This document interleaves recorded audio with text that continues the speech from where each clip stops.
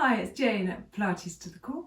I've got a video for you today about your core, what it is, how to find it, and then we'll do some introductory exercises just to start to train it to activate.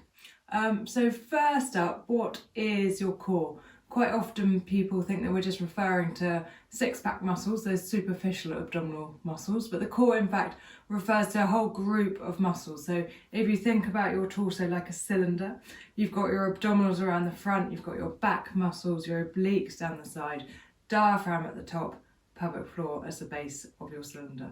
And all of those muscles work together, and those are your core muscles. Today we're going to focus on activating through our transverse abdominis muscle, which is a deep core muscle that wraps around. It's below the tummy button level, so it's a lower down muscle, deep core muscle, and that also activates in with the pelvic floor. So we're going to be looking at activating those muscles, and those are our deep core muscles that will help us to stabilize. So when we're working through movements, or whether you're standing for a long time, you'll start to feel more comfortable, a bit less backache, because they'll help you keep a good posture.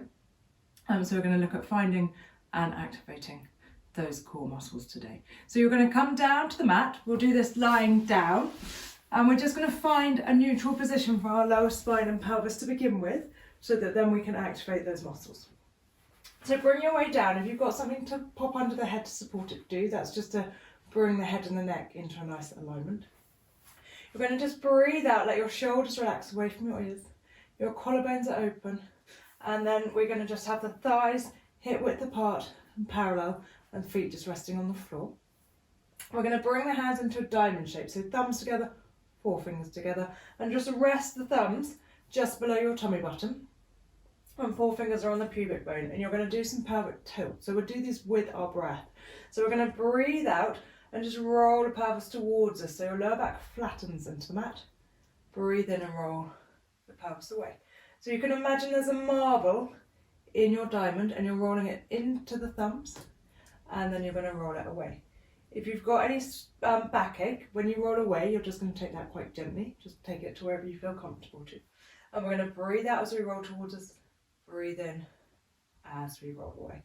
We're going to start to make that movement smaller, and we're going to come and settle into the midway point, so the halfway point. So we're looking for that place where our thumbs and our forefingers are level. They're at the same height, and also our hips are level from left to right, so you can feel your hip bones under the outsides of your hands, so we want them to be level as well. So here you've got a nice lumbar curve, so a little bit of feeling of space under your lower back, and you're going to just breathe out, let the ribs settle, and just check you're not gripping in the thighs. And that's our natural curves for our lower back and our pelvis. From here, we're going to take two fingers and we're going to rest them on the front of the hip bones, and we're going to step in one step and then down one step, and you're going to press down quite hard. And from there, if you cough, you'll feel the muscles activate under those fingers. Those are our TVA muscles, our transverse abdominal muscles, that we're going to look to activate. So we're going to again use the breath, because the diaphragm is all part of working into the core. You're going to gently breathe in through your nose. On your out breath, you're going to gently lift through the pelvic floor and just gently draw in from behind the tummy button, just very gently. Take a breath in and hold, and breathe out, and see if you can release nice and gradually. And you're just going to continue there with a few more breaths. Breathing out, you lift the pelvic floor from back to front, gently draw in from behind the tummy button. So it's as if you had some bungee ropes coming in across your hips, if anyone remembers bungee ropes from when we used to have roof racks. And they're just gently tightening in, and you get that little bit of engagement in these lower abdominals. So it's all tummy button and lower. And you're going to do that on the out breath. Make sure you're not gripping in the thighs, not clenching the bottom to find that. And that is activating our core. And to start with, you can just do that with your breath. So you'll breathe in on the out breath. That's a good way to help you find the activation. And then you can start to hold for one breath, maybe two breaths, and then just gently release.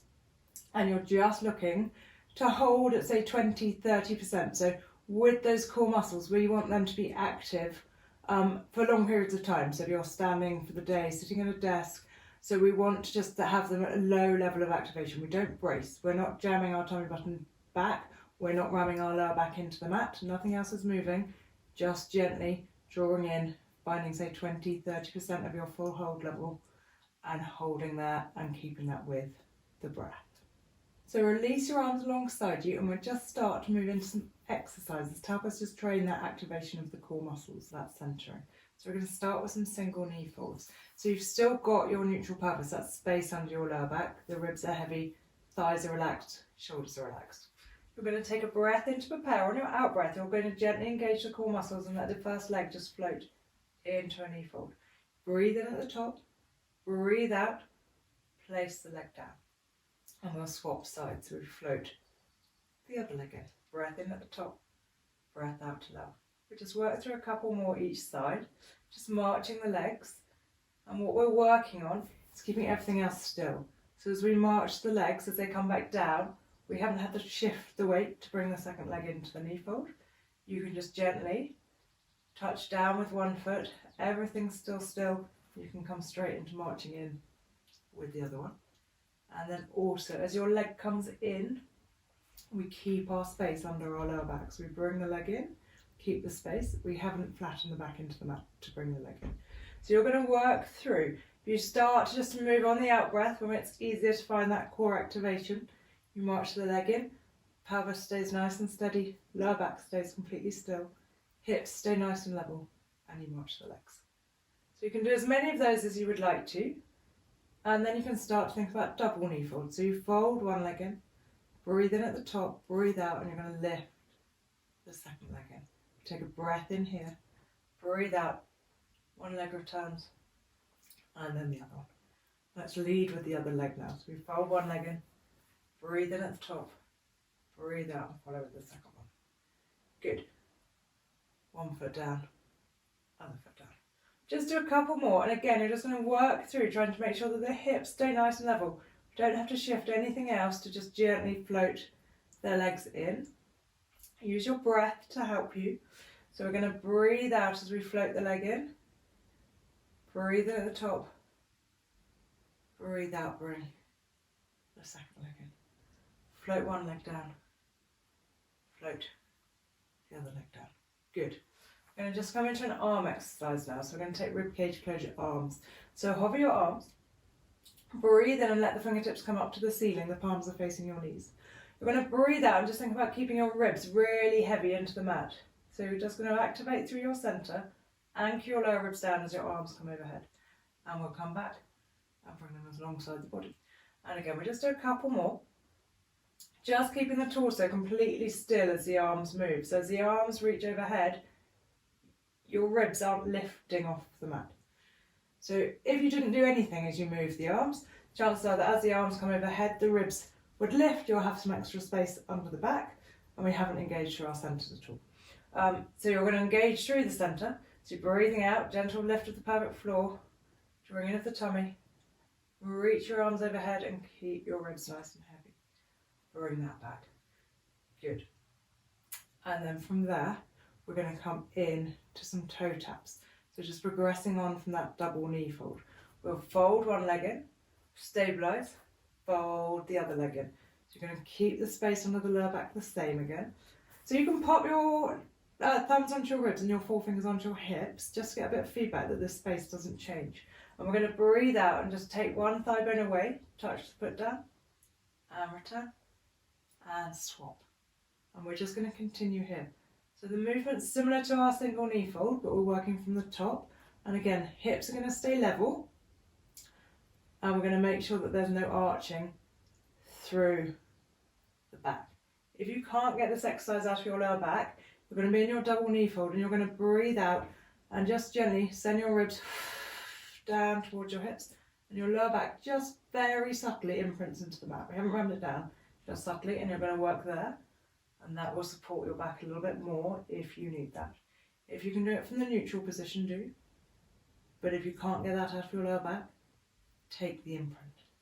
We'll just do one more on each side. Good. Step one foot down, step the other foot down. I'm just going to come and finish with one of my favourite exercises, which is the spine curl, which also activates into our core and brings in the glutes and some nice movement into your back.